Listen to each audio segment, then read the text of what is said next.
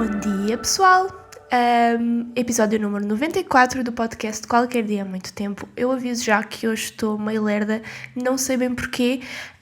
E pronto, vamos lá começar isto, mais um episódio. Estou entusiasmada. Eu fico sempre muito bem disposta quando sei que é dia de gravar podcast. Hoje estou a gravar na véspera de ser publicado, a brincar com a vida, não é? Mas tive uma semana muito atarefada a trabalhar não só enquanto tatuadora, mas também para as redes sociais, enquanto criadora de conteúdo. Então, não deu mesmo para fazer antes. Se vocês estão a ver isto no YouTube com imagem, já devem ter percebido que eu estou com um novo visual. E se isso normalmente não é grande espanto, porque eu estou sempre a mudar de cor de cabelo, não é? Desta vez é um compromisso um pouco maior. Primeiro, porque é uma cor, eu vou já dizer, porque eu sei que para quem não está a ver, é bué de irritante estar a referir cenas visuais quando se está só em áudio. Eu pintei o cabelo de ruivo. Se me seguem no Instagram já viram, há uma semana mais ou menos que eu pintei. E pronto, para resumir, eu sempre foi uma cor, o ruivo, que eu nunca tive assim grande chamamento. Não sei explicar porquê. Eu sempre preferi, vocês sabem que eu há anos que pinto o cabelo assim com cores fantasia, durante muito, muito tempo seguido. Eu tive o cabelo azul, ou assim meio pós-verdeado. Depois agora nos últimos tempos tenho andado a brincar mais com as cores quentes, tipo rosa, pastel, roxo, coisas assim do género. Mas mas pronto, nunca, eu sei que muita gente adora cabelo ruivo, e eu adoro cabelo ruivo, tipo, nas pessoas que são naturalmente ruivas, acho super lindo, mas nunca foi uma cor que me chamasse a mim. Nunca pintei o cabelo de ruivo, foi só tipo uma vez e durou tipo uma semana que eu pintei o cabelo de cor de laranja, mas mesmo assim tinha a minha raiz natural escura, e nunca tinha sido uma cena que eu, vou pintar o cabelo de ruiva, ser mesmo tipo full on cenourinha. Nunca foi algo que me... Ai, credo, a minha voz está tipo... Desculpem. Mas nos últimos tempos, eu já desde, Julho que andava a pintar o cabelo, hora de rosa pastel, hora de rosa choque, hora de roxo. Andava sempre assim nessas cores. E por mais que seja uma cena que eu acho bonita e continuo a achar bonita, eu de repente pus-me a olhar ao espelho. Eu passava tipo nos reflexos dos vidros das lojas de espelhos, enfim. Toda a gente sabe que quando se passa por uma janela ou por um espelho é obrigatório ter de nos ver ao espelho e ver se estamos bem, não é? E eu de repente comecei a olhar para o meu cabelo e deixou de fazer sentido ter aquelas cores fantasia. Estão a ver? Isto foi uma cena que eu nunca pensei que me acontecesse, porque eu pinto o meu cabelo com esse tipo de cores desde 2013, ou seja, está quase a fazer 10 anos que eu não só não tenho o meu cabelo natural, como pinto com cores que são tudo menos naturais. E eu sempre adorei isso, sempre adorei ver-me assim, sentia bem aquela coisa tipo, eu quero bem ter esse meu toque diferente e não sei o quê, e achei que iria ser assim a vida toda, não é? Inocente, nunca ninguém acha sempre a mesma coisa durante a vida toda, nem é sempre a mesma coisa durante a vida toda. Mas a cena do cabelo, como era uma coisa que eu já fazia há tanto tempo e que continuava a não me imaginar com o meu tom de cabelo natural, ou sequer com um tom de cabelo natural, mesmo que não fosse o meu, de repente eu olhar-me ao espelho, olhar-me nos reflexos das janelas, ver-me com o cabelo, sei lá, cor-de-rosa ou roxo, ou enfim, e sentir que aquilo não fazia sentido, foi uma novidade para mim. Não sei se é o facto de eu agora ser mãe que mudou esse chip em mim, por mais que obviamente eu não queira de todo. Aliás, até tenho meio pânico de virar essa pessoa, não que tenha mal, mas eu não quero nada ter aquele típico estilo de mãezona, estão a ver? Quero bem que as pessoas fiquem sempre com aquela cena tipo, é sério, és mãe, não parece nada, pareces bué jovem, não sei o quê. Enfim, pode ser também um pouco estúpido, mas tenho bué essa cena. Então sempre achei que iria ser uma mãe de cabelo às cores maradas, e de repente isso deixei mesmo de me sentir bem, sentia-me meio quase ridícula, ou que estava quase com um disfarce. E pronto, e será que isto é sinal que eu estou a ficar velha? Mas pronto, isto para resumir o facto de que eu pintei o cabelo de ruivo, porque quero agora... E depois, para além do facto de já não me identificar muito com essas cores, dá ganda trabalheira, porque para durar muito tempo uma cor tem de ser ou muito escura ou muito forte, muito saturada. E eu gosto das cores ou muito escuras, por exemplo, quando eu pintava o cabelo de azul, era um azul mesmo bué da escuro, que às vezes de repente até parecia preto. E isso durava-me imenso tempo, até porque o azul é provavelmente a cor mais difícil de sair do cabelo. Então eu pintava, uma vez num mês ou mais, aquilo durava mesmo imenso tempo. As cores que eu tenho posto agora no cabelo, os cor-de-rosas, os roxos e não sei o que, saem muito rapidamente.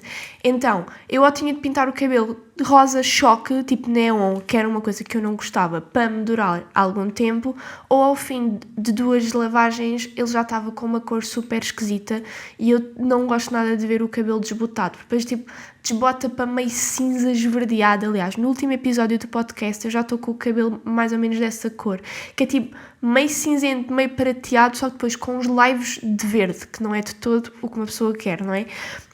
Então estava-me a irritar bué eu ter que andar sempre a pintar o cabelo, dá bué de trabalho, uma pessoa gasta bué de dinheiro. Então pensei, ok, já chega desta vida, já não me estou a identificar, está a dar trabalho a mais para o que eu preciso nesta fase da minha vida, vou pintar com uma cor permanente, em vez de ser semi-permanente, que era o que eu usava, ou seja, que sai com as lavagens, pintar com uma cor permanente de um tom mais natural. Só que eu ainda não me sentia preparada para a minha cor natural, que é castanho quase preto, nem para castanho, tipo, não queria ainda assim esse compromisso com uma cor demasiado comum, estão a ver? Por mais que seja esse o meu objetivo final, porque eu já não tenho o meu cabelo virgem há mais de 10 anos, então eu sei que tenho um cabelo ótimo, é super forte e aguenta tudo e é brilhante, mas eu não tenho dado a oportunidade nos últimos 10 anos dele ser assim. Então, de repente, eu pus-me tipo, e se eu agora fizesse o compromisso comigo mesma de deixar crescer o cabelo, deixar de pintar para tê-lo natural, bonito, solto e brilhante, pela primeira vez em muito tempo, porque eu já não conheço o meu cabelo, percebem? Fiquei com mesmo muita vontade de alcançar esse objetivo. Mas, no entretanto, para não ser assim um choque demasiado grande, decidi pintar da cor natural, menos natural que há, que é o ruivo, porque embora lá está, lembram-se daquele episódio das aulas de português? Hajam, não existe. Embora haja muita gente que nasça com o cabelo naturalmente laranja, ruivo, a maioria das pessoas, os ruivos são uma minoria, então acaba por ser assim a cor natural que eu sinto que é mais diferente. Percebem o que eu quero dizer? Se calhar isto não está a fazer sentido. Mas pronto, então pintei e eu risquei nisso, nem sequer sabia se iria gostar. Eu estava-me a fisgar no meu tom de pele, porque geralmente ruivo, o cor de cabelo ruiva fica bem em pessoas de pele clara. Também fica bem em outras pessoas de pele mais escura, mas pronto, eu sinto que peles claras são um bocadinho mais fáceis de brincar com cores. Então estava-me a fisgar nessa. Ok, eu podia perfeitamente, com o meu tom de cor, o meu tom de pele, as minhas sardas, eu podia perfeitamente ser uma ruiva natural, não é? Então pode ser que não fique mal. Foi isso que eu pensei antes de comprar as cores. E comprei e pintei e estou obcecada. Juro, eu nunca pensei gostar tanto de me ver assim, porque lá está exatamente aquele equilíbrio que eu queria nesta fase, que é um tom mais natural, sem ser o castanho ou o preto. Estão a perceber? Então eu sinto que faço parte agora da comunidade de pessoas adultas e responsáveis, e eu sei que isto não quer dizer absolutamente nada. Vocês sabem, eu tive o cabelo colorido durante muito tempo e eu sinto que sempre fui uma pessoa responsável, enfim. Mas sinto que agora faço parte do mundo normal, mas que ainda tenho aqui uns de sequá, aqui um quentinho, um laranjinha a dar de si, a dar-me alguma daquela personalidade que eu procuro. A ideia é ir deixando isto crescer e voltar à minha cor natural. Vamos ver se eu consigo, porque eu com cabelo eu já aprendi a não prometer absolutamente nada, porque eu farto-me tão rápido e tão facilmente do cabelo. Eu tive o meu cabelo muito igual durante praticamente a minha vida toda e o meu erro, entre aspas, foi começar a brincar com ele. Primeiro cortei aqui, depois fiz um alisamento, depois fiz franja, depois decidi pintar as pontas de cor-de-rosa e foi a partir daí que foi o descalabro total, porque de cor-de-rosa passou para verde, de verde passou para não sei o quê, depois pintei o cabelo todo de azul e depois pintei o cabelo todo não sei o quê. Eu já tive todas as cores do arco-íris no meu cabelo, literalmente, não me falta nenhuma, só branco. E mesmo assim tenho cabelos brancos, por isso já conta. Então pronto, pelo menos já posso ter a certeza de que experimentei todas as cores e não sentir aquela cena de epá, agora vou voltar à minha cor natural, mas ainda não experimentei aquela cor. Eu já experimentei todas as cores. Posso-vos dizer, favorita. Estamos agora a competir entre o azul, que sempre foi a minha cor de segurança e a minha imagem de marca durante muito tempo, e esta cor que eu tenho agora. Tipo, estou a adorar mesmo. E o cabelo fica logo... O facto de ser assim um tom mais natural e mais escuro fica logo com um ar muito mais saudável outra vez, que era isso que me estava a faltar. Porque como ele estava assim meio, obviamente estava descolorado, estava assim meio esbranquiçado, não sei o quê, fica meio baço, opaco e eu estava a detestar. Porque é do género, Bárbara, tu tens a dádiva, deram-te a dádiva de teres um cabelo super bom, resistente, forte, brilhante, e quem olha para ti diz que tu tens tudo menos isso estava-me a irritar. Então agora eu tenho um bocadinho disso de volta, está com um ar, obviamente ainda está seco, está descolorado cá por baixo, mas já disfarça um bocadinho mais os estragos que eu lhe tenho feito nestes últimos tempos.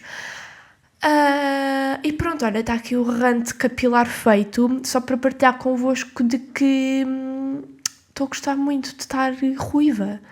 E é engraçado o poder que às vezes uma mudança de visual, neste caso foi o cabelo, mas podia ser outra coisa qualquer, o cabelo tem muito esse efeito em mim. Eu sempre fui muito cabelo-centrada a minha vida toda.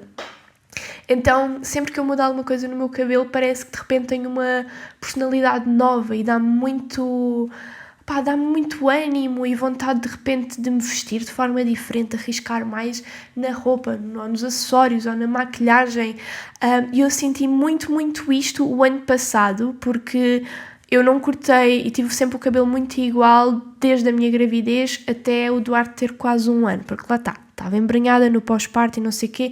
A última coisa que me apetecia e em que eu pensava era em mudar e cuidar do meu cabelo. Então, desculpem, eu durante esse ano todo tive o cabelo muito comprido, aliás foi o mais comprido que eu já tive, chegou-me assim abaixo do peito um bocadinho e estava azul e a minha cor natural, pronto, nas raízes. E de repente eu em novembro cortei-o mega curto para tirar o azul todo, fiquei com ele muito curtinho e o meu tom natural, que é praticamente preto. E uns meses depois comecei a fazer madeixas para ir aclarando, porque o meu objetivo era chegar a loira, que era tipo aquela cor que me faltava. E gostei muito de me ver loira, por acaso, não estava à espera de gostar. Gostei muito, só que o problema com o loiro para mim é que o loiro para mim não é uma cor de cabelo. É uma tela em branco para meter cores em cima. E eu não consegui resistir. Eu tive loira, acho que nem chegou 1 semana.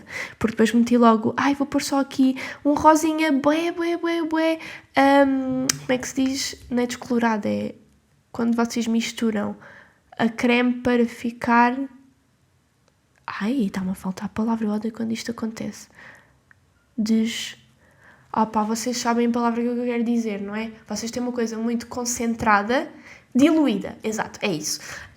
Eu pus um rosa muito diluído em creme para ficar, tipo, quase a cor da blusa que eu estou a usar, que é assim um lilás pastel, ou seja, em cima do loiro que eu tinha ia ficar, era um loiro com subtom rosa, percebem? Só que isso abriu as portas para ir aumentando a saturação da cor e, obviamente, 1 semana depois de ter posto esse rosa pastel, tinha o cabelo rosa choque. E pondo essas cores mais fortes, voltar ao loiro é muito difícil e eu não consegui. Por isso é que depois ruivo para cima, cor permanente, para não me dar a tentação de estar sempre a mudar e não me dar a trabalho. E eu estou mesmo bué contente. Sinto-me uma pessoa nova, sinto-me muito mais confiante, juro, eu não sei explicar e provavelmente vocês já fizeram este tipo de mudanças de visual, já sentiram isto, que às vezes é tão fácil com estas pequeninas coisas sentirmos bem outra vez, olharmos para nós com novos olhos e quase que nos dá uma nova força para encarar a vida. Eu sei que isto pode parecer bem exagerado, mas às vezes isto é mesmo... Há pessoas que estão-se a cagar e que têm o mesmo cabelo a vida toda e não sentem a mínima necessidade de mudar. E depois há pessoas como eu que sentem constantemente a necessidade de ir mudando qualquer coisa, porque nós aborrecemos de nós bué bué facilmente. Porque vemos todos os dias. Ainda para mais, agora não tanto, porque eu já não faço tantos vídeos como fazia. Mas pronto, estou a gravar o podcast, edito este podcast, vejo a minha imagem, tiro fotos, faço stories para o Instagram, então estou de forma regular a ser confrontada com a minha própria cara e chega uma altura que eu já estou farta de me ver, então, deixa-me lá mudar qualquer coisa. Também estou agora aqui a mudar a franja, porque, já me estava a aborrecer também o ter a franja sempre igual.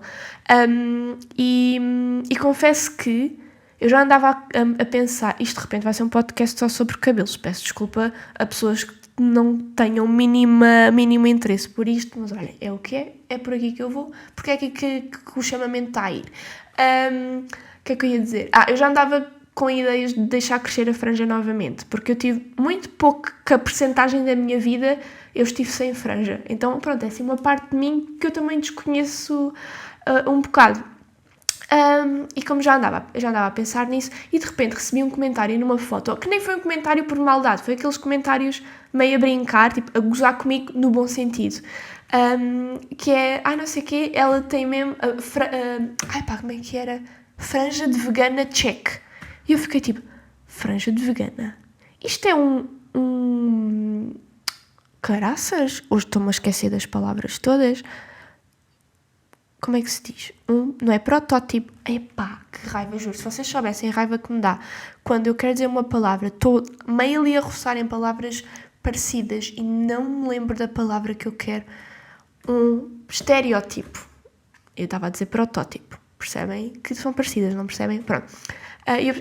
Franja de vegana. Isto é um estereótipo. E eu fiquei irritada por ter o estereótipo de uma cena que eu sou, ok, eu não como,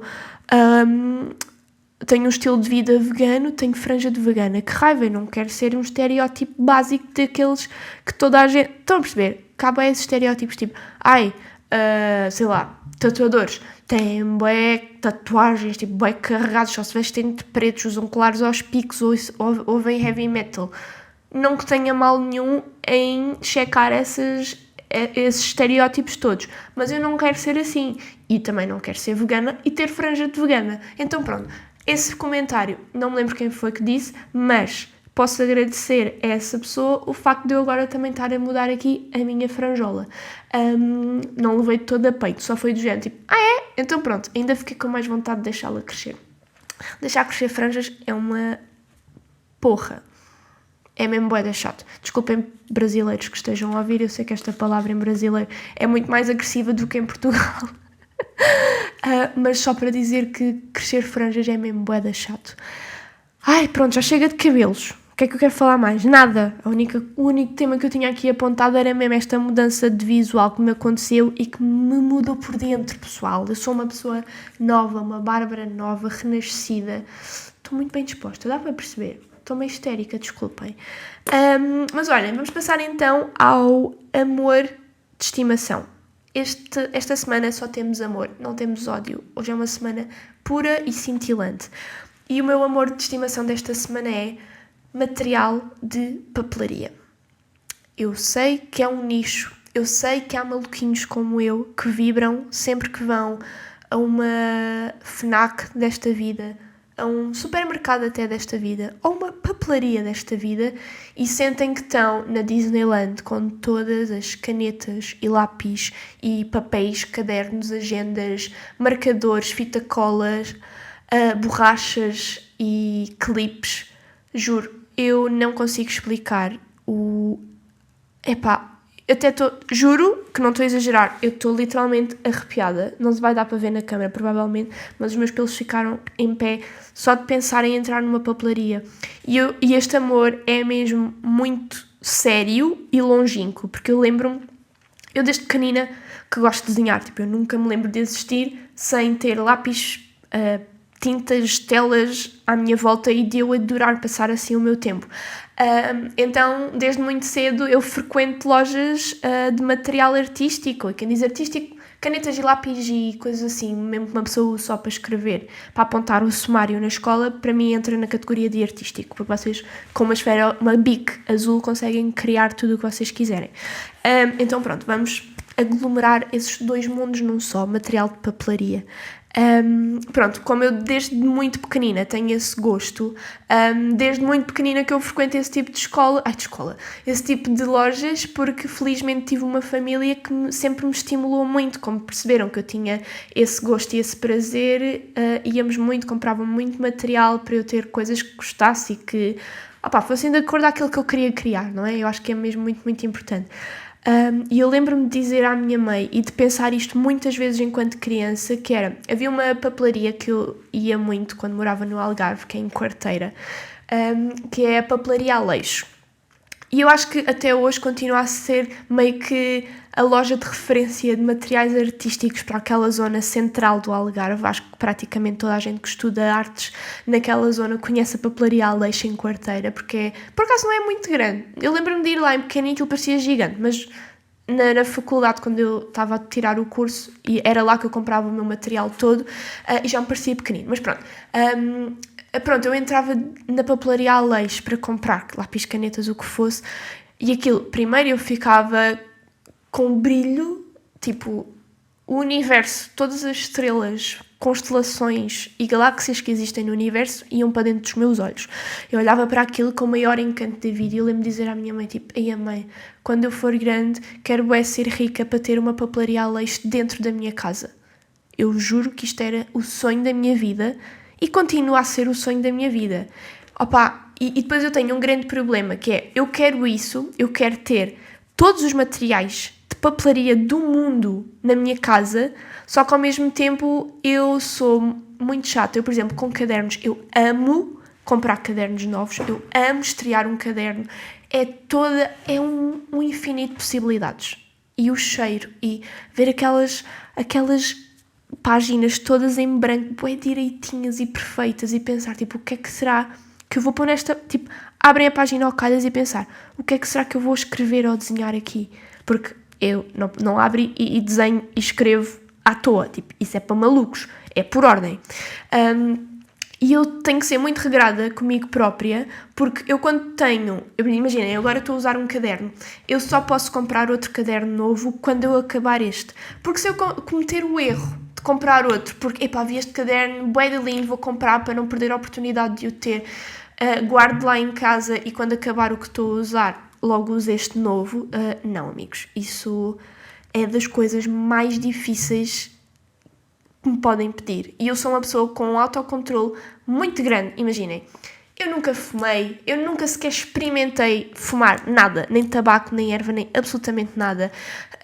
Eu não gosto de beber álcool. Tipo, eu não tenho problemas de autocontrole porque, não sei, se me disserem, olha, Bárbara, isto para a tua saúde tens que parar de fazer ou de dizer isto. É relativamente fácil para mim, eu sou uma pessoa muito regrada, lá está, é a palavra certa, mas com cadernos e materiais artísticos eu não tenho controle. Então o que me acontece se eu comprar um caderno novo antes de acabar o antigo é desperdiçar bué o caderno que estou a usar. Imagina, faltam-me 30 páginas, deixa-me lá tipo desenhar cenas aqui bué à toa, ou escrever cenas bué à toa com letra muito grande e bué riscado, e tipo, agora como está riscado não vou usar o resto da página. Estão a ver? Para acelerar o processo de terminar o caderno. E para além disso ser estúpido, é um desperdício de papel e de plástico e de todo o material de que é feito os cadernos. Então eu estou sempre nesse conflito, porque ao mesmo tempo eu quero ter tudo, mas eu sei que não posso ter tudo. Tenho que ter, não é nada, tenho que ter alguma coisa, né? Mas tenho que ter tipo o mínimo dispensável que preciso de usar naquele momento, porque senão eu vou estar sempre a escrever num caderno e a pensar no outro, e tipo, ainda falta bué, já estou farta deste caderno, e eu não quero estar farta deste caderno, eu quero apreciar este caderno, apreciar toda a sua essência, todas as suas linhas, agradecer por cada grama da sua página, e quando chegar, até porque depois quando chega ao fim é muito satisfatório, do género tipo, eu aproveitei mesmo este caderno, eu aproveitei mesmo esta caneta até à última gota da sua tinta. E toda a gente sabe que é difícil acabar estas canetas, tipo, bicos são infinitas. Então quando eu chego ao fim de uma bica é tipo, eu escrevi bué, eu desenhei bué, eu sou grande da gaja. E isso dá-me satisfação. Portanto, se eu quero ter uma papelaria Aleixo na minha casa, quero. Se eu quero ter uma papelaria Aleixo na minha casa, não. Portanto, estamos assim. Mas pronto, se me querem ver feliz, se cruzarem comigo na rua, ou se forem meus amigos ou meus familiares que estejam a ouvir este podcast neste momento e tiverem tipo, preciso de lhe dar uma prenda, porque eu mereço uma prenda, não é? Se for os meus anos, ou se for Natal que está aí à porta, mas não sei mesmo o que lhe dar, se me der, eu juro que estou a ser sincera, se me derem uma borracha, eu fico feliz. Se me derem um conjunto de lápis de cor, um caderno, tipo, aparentemente insignificante, canetas, eu juro que eu fico mesmo bem feliz. E pronto, este é o amor de estimação da minha vida, que me acompanha desde sempre, que me irá acompanhar para sempre, e vocês não sabem o shitex em que eu estou, só de pensar num dia em que o Duarte vai começar as aulas. O regresso às aulas para mim era... Juro, estava quase taco a taco com o que eu sentia na época natalícia. E depois eu ia sempre ao mesmo sítio com a minha mãe e com a minha avó, que era a Staples.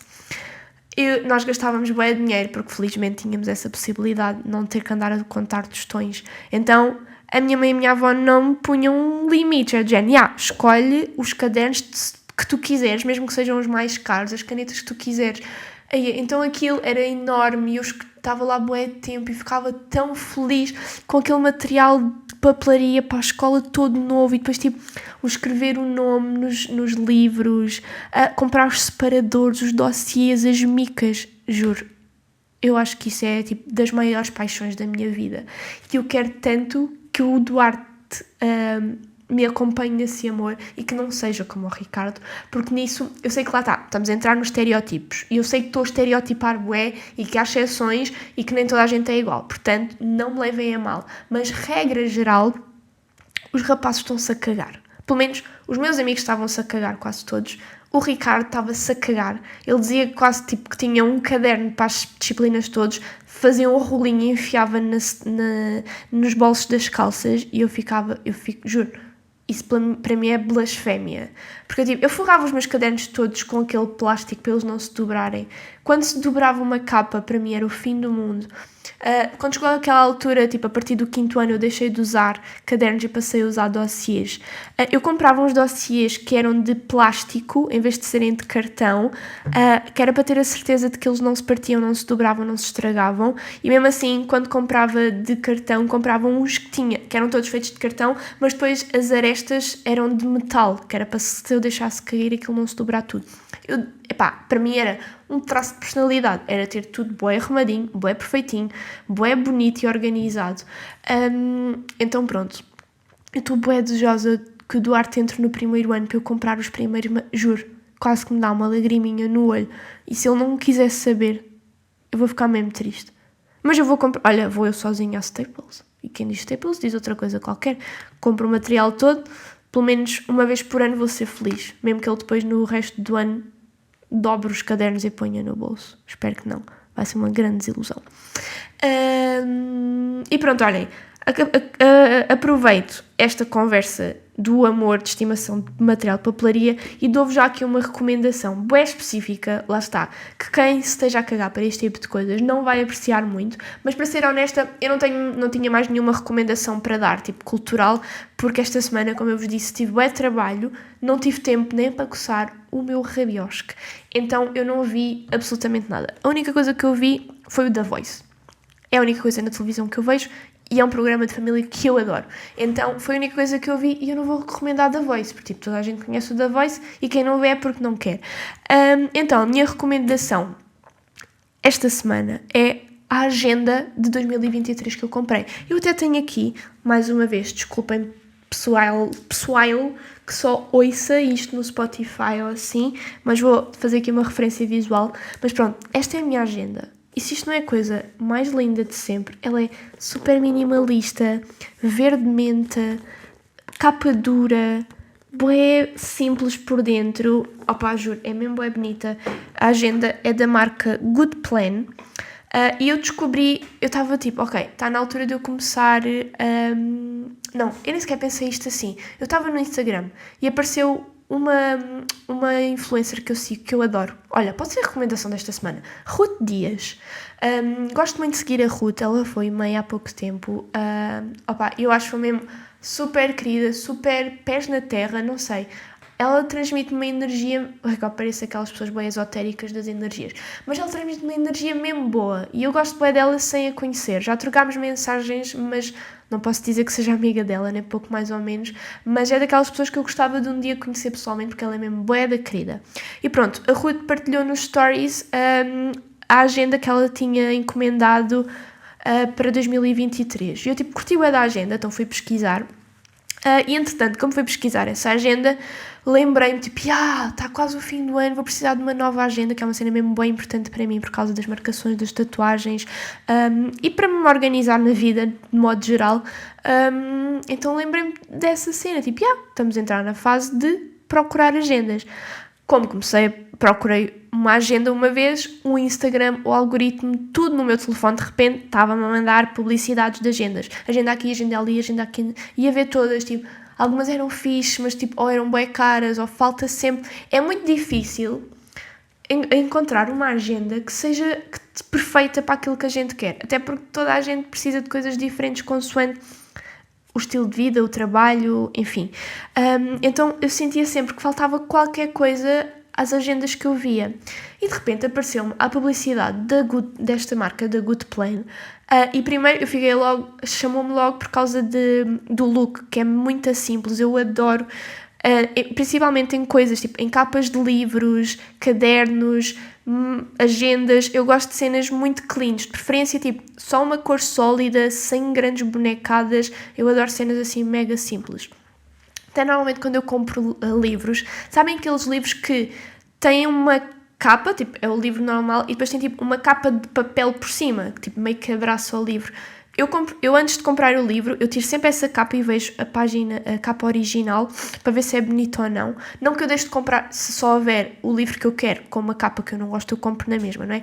Mas eu vejo sempre a capa original e deito sempre fora essa parte de papel, porque normalmente essas capas de papel que estão por cima têm sempre bué, bonecada e fotos e não sei o que, e eu não gosto nada. Eu adoro aquelas capas lisas, só com o título. E esta agenda é assim, então chamam-me logo pela parte estética. E eu depois fui ver, por dentro pareceu-me bué da bem, exatamente o que eu quero, plano mensal, plano semanal, e depois uma grande parte com só a parte de bloco de notas sem nada, e não tinha mais nada. Porque uma coisa que agora há muito em todas as agendas é, primeiro, bué autocolantes. E eu juro, se vocês têm agendas dessas, vocês usam os autocolantes? Alguma vez usaram os autocolantes? É que eu sinto que os autocolantes são só, vocês usam na primeira semana em que compram a agenda e nunca mais voltam a tocar nos autocolantes. E depois tem bué trackers, tracker de dormir, como é que eu dormi esta semana? O tracker de exercício físico, tracker de beber água. Eu não uso nada disso, eu não quero saber. E mesmo queira saber, eu não ando literalmente com a agenda debaixo do braço o dia todo. Então imaginem, fui ao centro de saúde e bebi água. Eu não tenho lá a agenda para marcar lá o círculo que bebi água. Estão a perceber? Então essas cenas dos trackers e não sei o quê, nunca me chamou porque eu nunca uso. E eu não queria, porque é um desperdício estar a encher uma agenda com cenas que eu não vou usar. E esta não tem nada disso. Tem só mesmo... É curta e grossa, direta ao ponto de organização. Mensal, semanal, notas. Chega perfeitamente. E eu adorei. Então, e depois fui pesquisar sobre a marca e percebi que era uma marca super recente, tinha 2 meses de existência, era de um casal jovem, pai da minha idade, ucraniano. Então, olha, fiquei mesmo, vou comprar esta, até porque até tem alguma preocupação ambiental no sentido de que papel é que usam e não sei o quê.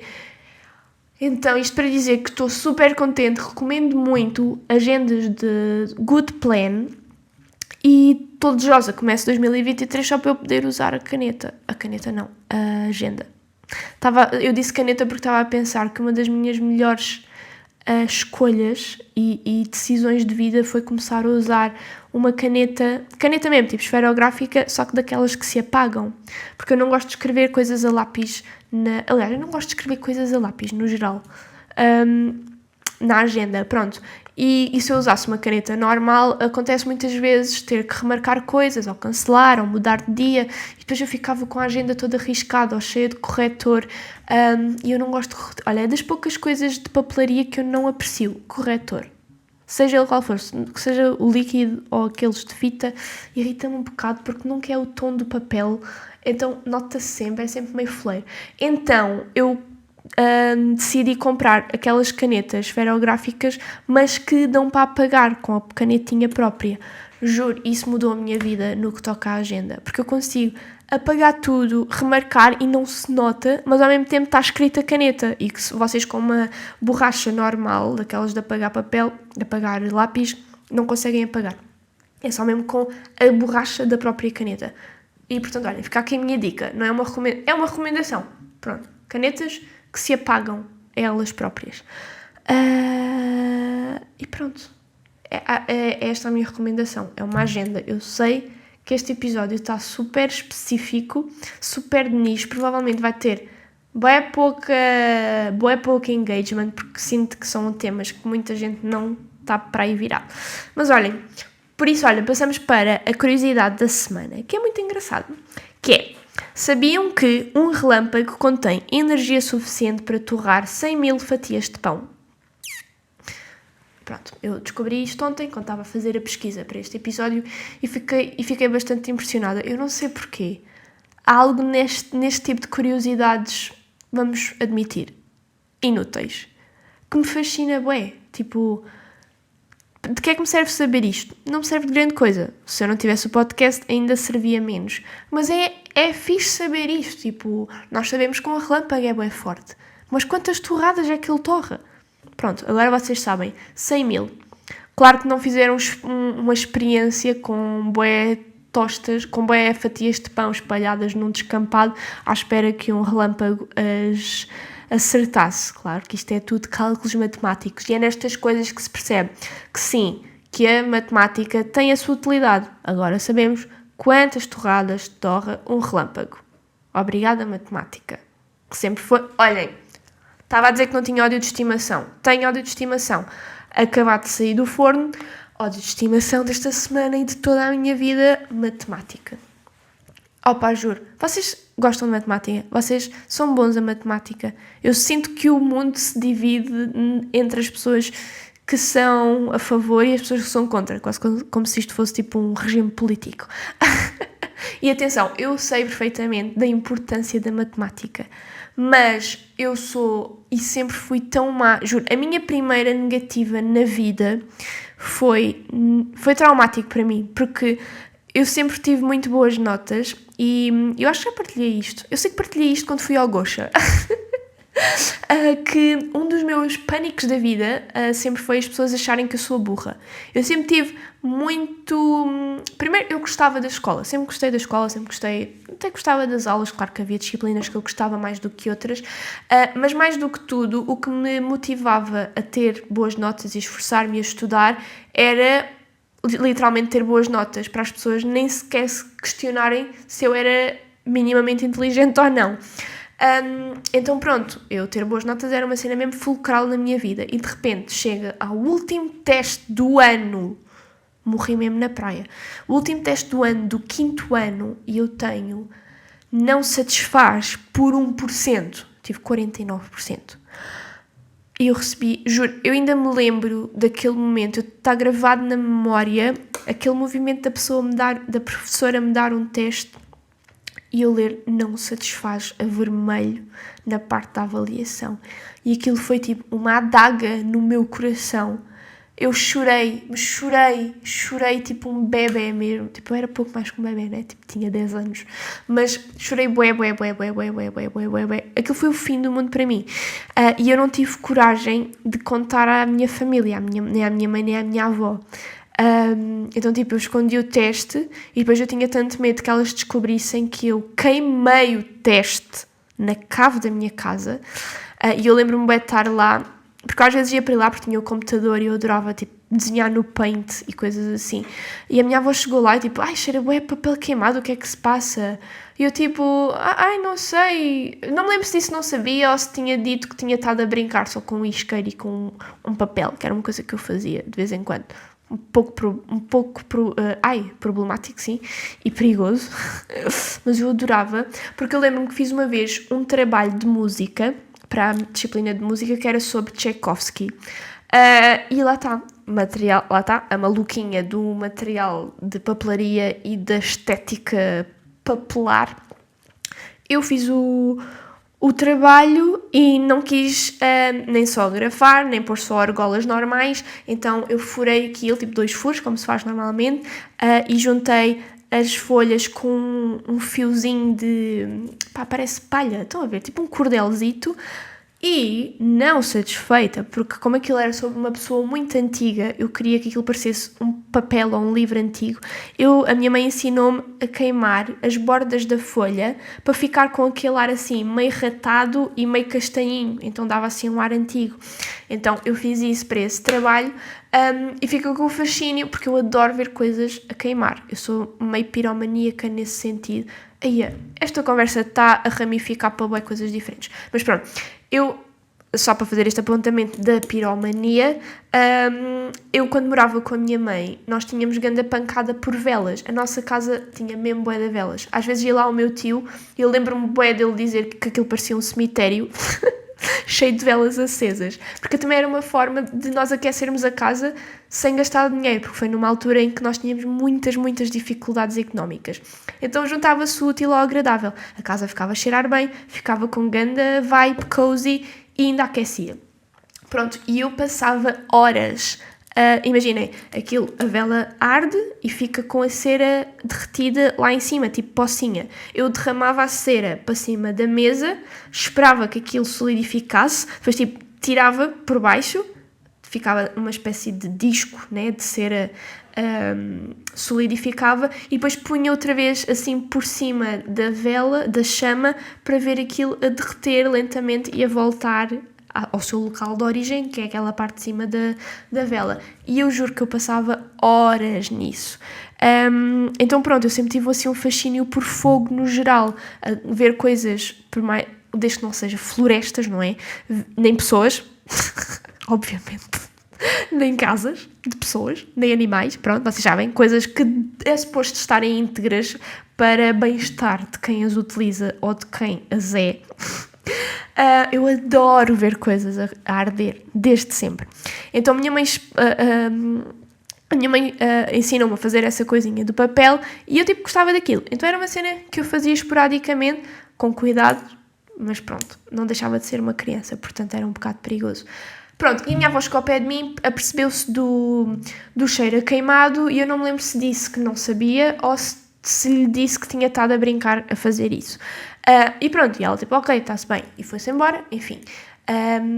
Já tinha dito que esse cheiro a queimado era porque tinha queimado o teste, certo? Pronto. E fiquei com aquilo do género, ok, está resolvido, o teste já não existe, ninguém precisa saber que isto aconteceu. Só que eu tenho uma particularidade que é, eu não consigo mentir. Juro, é uma cena que me custa mesmo, claro que já menti, mas custa-me sempre bué, e quando tenho de mentir, tipo, quando é aquelas mentiras piadosas, ou tipo, combinam alguma coisa com alguém e não vos apetece e arranjam uma desculpa, eu sou mesmo bué da má a fazer isso. Normalmente quando eu tenho que fazer isso, eu peço sempre ao Ricardo para inventar uma desculpa plausível, porque ele é muito bom nisso. Mas eu sou muito má a mentir, e mesmo quando tenho que mentir, tento sempre dizer meias verdades. Estou a dizer, tipo, mentir, mas não a 100%. Pá, não sei explicar porquê. É uma cena mesmo difícil para mim, porque, primeiro, dá bué trabalho mentir. Dá mesmo bué trabalho vocês terem que estar a inventar uma cena que não existe, quando, muitas das vezes, às vezes mesmo com estas cenas de, combinaram uma cena com um amigo e chegou à altura e não vos apetece. Às vezes dava muito menos trabalho vocês serem honestos e dizer, olha, desculpa, eu sei que marcámos isto, mas tipo, não está mesmo a apetecer. Provavelmente ele nem vai levar a mal. E eu a maior parte das vezes até acabo por fazer isso, porque lá está, eu odeio mesmo e sou genuinamente má a mentir às pessoas. Então pronto, isso aconteceu. Eu menti à minha família, quer dizer, não foi uma mentira, foi só uma omissão e uma destruição de provas. Só que eu comecei a ficar paranoica com aquilo, tipo, depois eu pus-me a pensar, ok, elas não sabem do teste, provavelmente a minha mãe já nem se lembra que eu fiz o teste, então não vai perguntar pela nota, mas esta nota má vai ter influência na minha nota final e provavelmente a professora vai falar desta negativa à minha mãe, até porque foi a primeira, e eu comecei a pensar em todos os cenários possíveis e imaginários que provavelmente nem aconteceriam, da minha mãe descobrir por outra pessoa que eu tinha tido aquela negativa e que tinha escondido. Eu não sei quantos dias é que durou, para mim pareceu uma eternidade, porque eu estava a esconder aquele segredo horrível da minha mãe, até que chegou um dia que eu disse, não, eu não aguento mais, vou escrever uma carta a confessar o meu crime, porque eu resolvia todos os meus problemas assim, eu escrevia bilhetes e cartas, sempre foi a forma que eu tive de me expressar melhor, então escrevi uma carta a confessar à minha mãe que tinha tido negativa e que tinha ficado mesmo triste e com muito medo que ela reagisse mal e então tinha destruído o teste e pus debaixo da almofada dela. E fui para o meu quarto, do género, eu vou ficar aqui resguardada até ela ler e preparar-me mentalmente para o que aí vem. E claro que o que veio daí foi uma conversa super tranquila da minha mãe, super querida, obviamente. Eu nem sei porque é que... uma pessoa tem sempre medo, não é? Mas a minha mãe nunca foi o tipo de mãe de se chatear por causa das notas. Primeiro, porque nunca teve razões para isso, porque eu sempre tive boas notas. E segundo, porque ela... Imaginem, o que ela me disse depois desse teste foi, ok, não devias ter feito isso, mas eu vi-te a estudar para o teste durante horas e horas, portanto, se não tiveste boas notas, eu sei que não foi por não te esforçares, foi porque és uma burra do caraço. Claro que não foi isto que ela disse, não é? Mas pronto, basicamente era isto que ela queria dizer. Mas pronto, ela foi muito querida e disse tipo, não precisas esconder, desde que eu veja que tu te esforças, o que interessa é isso. Eu sei que há pessoas que não são boas, eu também sou má em matemática e sou boa nisto, e tu não és boa em matemática, mas és boa em português, e em artes, e nisto, e naquilo. Então pronto, ela foi muito fofa, não se chateou comigo, e foi um peso sair de cima. Mas isto para dizer que essa foi a primeira de muitas negativas a matemática. Eu quando não tinha negativa, que era raro, tinha tipo aquele satisfaz pouco, mesmo puxado a ferros, que às vezes eu sei que era pena dos professores. E depois quando chegou a fase da secundária, eu escolhi artes, não por não querer matemática, mas porque era a única certeza que eu tinha na altura é que queria artes, porque era a única coisa que eu sabia que gostava. Não fazia ideia o que é que eu queria fazer com isso em termos profissionais no futuro, até porque, sejamos sinceros, quando temos 14 anos, ninguém sabe. Eu tive um amigo meu que toda a infância disse que queria ser cirurgião e quando chegou à altura de ir para a faculdade foi para turismo. Portanto, o que nós achamos que queremos em criança não se traduz depois na vida real e o facto de não sabermos não quer dizer que não saibamos para sempre, não é? Então, quando chegou a essa altura de escolher o curso na secundária, a única coisa que eu sabia que gostava era desenhar, então queria ir para artes. E a minha mãe, a única condição que me pôs para eu ir para artes, naquela altura, não sei se ainda é hoje em dia, mas naquela altura ir para artes ainda era assim um bocado mal visto, que era tipo, é o curso dos burros, que vão para artes porque não querem ter matemática, ou vão para artes porque a única coisa que sabem fazer é desenhar, como se desenhar não fosse um talento tão bom como fazer contas, estão a perceber? É só diferente. Mas naquela altura ainda era assim um bocadinho mal visto, então... ainda havia pais que se opunham a filhos irem estudar artes. E a minha mãe nunca se opôs, a única condição que ela me pôs foi, ok, tu vais para artes, mas vais escolher matemática, porque era uma das opcionais. Nós podíamos escolher entre matemática e entre história da arte. E pronto, e como a minha mãe me pôs essa condição... Eu aceitei, obviamente, porque eu queria partes, não me via em mais nenhum curso, mas tive de ir para matemática. Então tive que gramar com matemática mais 2 anos. E eu tinha, na altura, não sei se ainda é igual, o curso de artes visuais na secundária tem-se matemática B. Ou seja, não é matemática A, que é tipo impossível, Einstein... nível Einstein, para mim pelo menos, mas também não era MACS, que é aquela matemática aplicada às ciências sociais, né? Que para mim era o sonho de matemática. Eu tinha amigas que estavam em humanidades e que tinham essa matemática e quem me dera ter essa matemática. Pronto, tinha matemática B, que eu sei que quem teve matemática A vai ficar tipo, matemática B é fácil. Não é, se vocês tiverem o meu cérebro. Porque o meu problema com matemática é ser bué abstrato. Não conseguir ver a utilidade daquilo no mundo real é um entrave gigante para mim. Tanto que, quando eu tinha aquelas matérias que para mim eram palpáveis, probabilidades, estatística, eram cenas que eu conseguia, tipo, regra 3 simples, cenas assim, que eu percebo a utilidade disto. Isto vai ser útil nestas situações. Conseguia ver aqueles números a traduzir-se no mundo real. Percebem o que eu quero dizer? Quando isso me acontecia, eu tinha boas notas.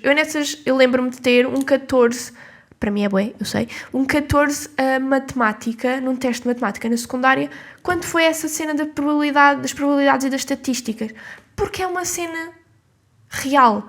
Agora, quando se me punham com aquelas equações, com tipo o abecedário todo lá dentro, com bué camadas de frações dentro de parênteses, aquilo às tantas parecia pintura, código Morse. Aquilo para mim era código Morse. Eu olhava para aquilo e ficava tipo, merda, por onde é que eu começo? O que é que isto significa? O que é que eu faço? Juro, eu juro que estudava. Eu fazia bué exercícios e eu era tão má naquilo. E depois, tipo, eu tinha uma colega de turma que ela esteve comigo desde o primeiro ano até o 12º. Olá, Karina, eu sei que tu ouves este podcast. Beijinhos para ti. E ela sempre foi incrível. Ela era a melhor da turma. Matemática para ela era como falar. Ela tinha 20 a matemática como quem tirava uma remela do olho. E eu ficava tipo, porquê que eu não precisava de ter 20, eu só queria ter 10, sempre. Imaginem, eu tinha as minhas notas da matemática na secundária variavam entre o 2 e o 7, de 0 a 20. Portanto, como é que eu passei? Até hoje não sei. Tive um professor incrível, ele era bué paciente, bué fixe, bué engraçado, que me ajudou bué e ajudou-me bué a passar. E eu lembro-me quando chegou a fase do exame nacional, juro, o maior pânico da minha vida foi nessas alturas. Como é que eu vou passar no Exame Nacional de Matemática B quando eu, nos testes da escola do professor, tenho 2? Então eu lembro-me que para passar à disciplina no 11º ano, eu tinha que tirar, no mínimo, 8,5 no exame. Ai, amigos, que nota é que eu tive no exame? 8,5. Nem mais nem menos. Eu passei por 0. Estão a perceber? Mas eu não vos consigo explicar a felicidade que foi. Nem fui eu que fui ver as notas na altura. Foi um amigo meu que morava perto da escola. Então ele foi lá ver a nota dele e eu perguntei, diz-me quanto é que eu tive. Quando eu vi na mensagem, olha, tiveste 8,5, eu estava sozinha em casa com o telefone na mão e eu comecei a saltar e a rir. Eu juro, foi mesmo daquelas... Estão a ver aquelas core memories? Foi uma core memory para mim. Foi dos momentos mais felizes da minha vida. Porque eu estava certa de que iria ter que...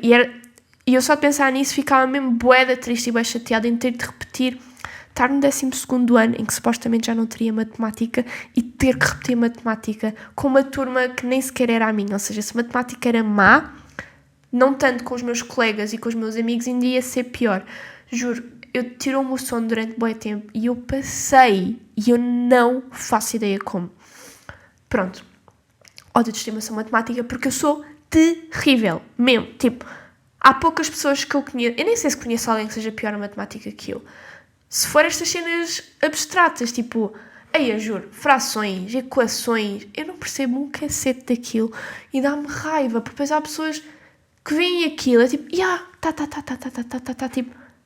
Matemática é uma linguagem. E eu percebo isso sem perceber isso. É do género... mas tipo, não mesmo. Então, olhem... Parabéns... a todas as pessoas que têm esta capacidade que para mim é tipo um super poder de perceber matemática e de serem bons e de gostarem, porque para mim sempre foi um martírio e eu fiquei mesmo triste. Eu percebo as razões que levaram a minha mãe a exigir o facto de eu tirar matemática, porque ela tinha medo que fosse só uma fase, a cena de eu gostar de artes, a lógica dela era, ok, tu agora gostas de artes, mas tu não sabes o que é que vais querer fazer no futuro, então tira matemática, porque matemática está presente em quase todos os cursos que tu possas querer tirar no futuro. Eu tipo, ok, isso até meio que faz sentido, por mais que eu não quisesse. Acabou por sair o tiro pela culatra, porque eu depois acabei por querer seguir artes na mesma, na universidade, e senti o contrário. Como eu tive matemática em vez de história de artes, quando eu fui para artes na universidade, eu precisei muito mais de história do que de matemática. E eu não tive história na secundária, então eu estava completamente à nora. Eu lembro-me de ter a minha primeira cadeira de história no primeiro ano de faculdade. O professor falava daquilo para nós, subentendendo. Epá, o que é que se passa comigo hoje? Tipo, a partir do pressuposto que nós sabíamos do que é que ele estava a falar, porque se vocês estão no curso de artes, em princípio vieram de artes antes e sabem de quem é que eu estou a falar, e ele falava de artistas e de movimentos históricos e todo aquele contexto como se nós soubéssemos, e eu não fazia ideia do que ele estava a falar, tanto que foi a minha nota mais baixa do curso inteiro. Eu passei essa cadeira de história com 11 valores, porque eu não tinha o background de história de artes que era preciso. E lembro-me de ficar bem revoltada, tipo, fuck my life. Eu tive 2 anos a gramar com matemática que odiei, e ainda por cima não tive história que era preciso para mim e que me teria dado muito mais prazer, porque era sobre artes e era história, que eu sempre amei história. Então, tipo, no hard feelings para a minha mãe, tipo, eu percebo completamente o que a fez exigir isso de mim, mas acabou por não dar jeito nenhum. Pronto. E pronto, olha, eu estou a falar bué, o que é que se passa comigo? Olha, vamos já para a frase lindinha da semana para acabar este episódio aqui. A frase desta semana é de Pablo Picasso, uma das minhas maiores inspirações. Eu já falei dele bué vezes. Imaginem, lá está, eu estudei artes durante muito tempo da minha vida e o Picasso nunca foi um artista que eu apreciasse particularmente.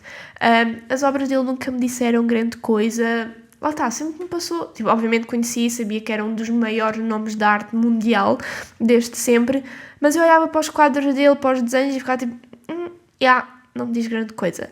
Mas depois, e pode ser aqui também mais uma recomendação, em 2019, eu sinto que já partilhei isto bué vezes, mas olhem, se já partilhei, volto a partilhar porque é mesmo bué da bom. Em 2019 vi uma série chamada Genius, que é do National Geographic, portanto agora se vocês quiserem ver, podem ver no Disney Plus, porque o Disney Plus tem também o National Geographic. Perdão. E a série chama-se Genius. Tem 2 temporadas. A primeira temporada é sobre o Albert Einstein e está muito fixe. Eu adorei a primeira temporada. Mas a segunda temporada, não estou a exagerar, mudou a minha vida. E a segunda temporada é exatamente sobre o Pablo Picasso. Então aquilo é uma série de ficção sobre pessoas e fatos reais. Estão a ver como esta última série do Jeff Dahmer, que é como se fosse um filme, não é um documentário com imagens reais da pessoa real e não sei o quê. É como se fosse um filme de ficção, mas sobre cenas que aconteceram mesmo. Então pronto, é assim, eu não me lembro quantos episódios são, devem ser tipo uns 10, diria eu, sobre a vida e o percurso do Pablo Picasso. E eu fiquei tão... Lá está, estou arrepiada outra vez só de me lembrar, tão inspirada e tão... eu juro, ele era tipo ganda macho tóxico, mas pronto, vamos tentar ignorar essa parte e tentar contextualizar com a altura em que aquilo se passou. Tipo, ele nasceu em 1800 e tal e morreu em 1970, 80, uma coisa assim. Ou seja, obviamente era outro contexto, as mentalidades eram outras, ele era um machista de merda, mas pronto, tentando ignorar essa parte, a parte artística dele, a forma como ele vivia a arte, respirava a arte, ele sonhava com arte, tipo, arte, ele só pensava em pintar, desenhar até literalmente ao último suspiro. Isso transformou-me mesmo, e eu vi aquilo numa altura em que andava meio perdida também, mais no sentido de, o que é que eu faço? Andava com as prioridades muito trocadas, tipo, passava bué de tempo só a ver vídeos do YouTube e sem fazer nada de propriamente produtivo. Então ver aquilo naquela altura foi assim uma chapadinha mesmo boa que eu estava a precisar, e fiquei, juro, mesmo super, super fã e inspirada. É das minhas maiores inspirações, tanto que eu tenho uma tatuagem da cara dele aqui no meu braço, para nunca me esquecer disso, desse sentimento e dele, pronto. E lembro-me que, pá, 1 ou 2 meses depois de eu ter visto essa série, fui a Barcelona com duas das minhas melhores amigas. Pronto, foi um dos sítios onde ele andou, e tem lá o Museu Picasso. E aquilo foi bem especial para mim naquela altura, porque eu, como tinha visto a série há muito pouco tempo, lembrava-me da história toda dele, quase ao ano, percebem? E do tipo de desenhos, o tipo de arte em cada altura da sua vida. E o museu estava feito por ordem cronológica, então foi como se eu estivesse, de repente, a ver a série toda outra vez, mas através dos desenhos dele. E eu parecia uma maluquinha a falar com as minhas amigas, tipo... Estão a ver quando as pessoas são bem groupies de um artista? E tipo, eu não sei o que, ele fez isto, eu não sei o que, ele está aqui. Eu estava assim, só que sobre a série e sobre o Picasso. Pronto, então fica aqui a recomendação da série. E vamos então passar à frase lindinha desta semana. Eu não acredito que este episódio já tem 1 hora. Meu Deus, enfim. Pablo Picasso. Não devemos ter medo de inventar seja o que for. Tudo o que existe em nós existe também na natureza, pois fazemos parte dela.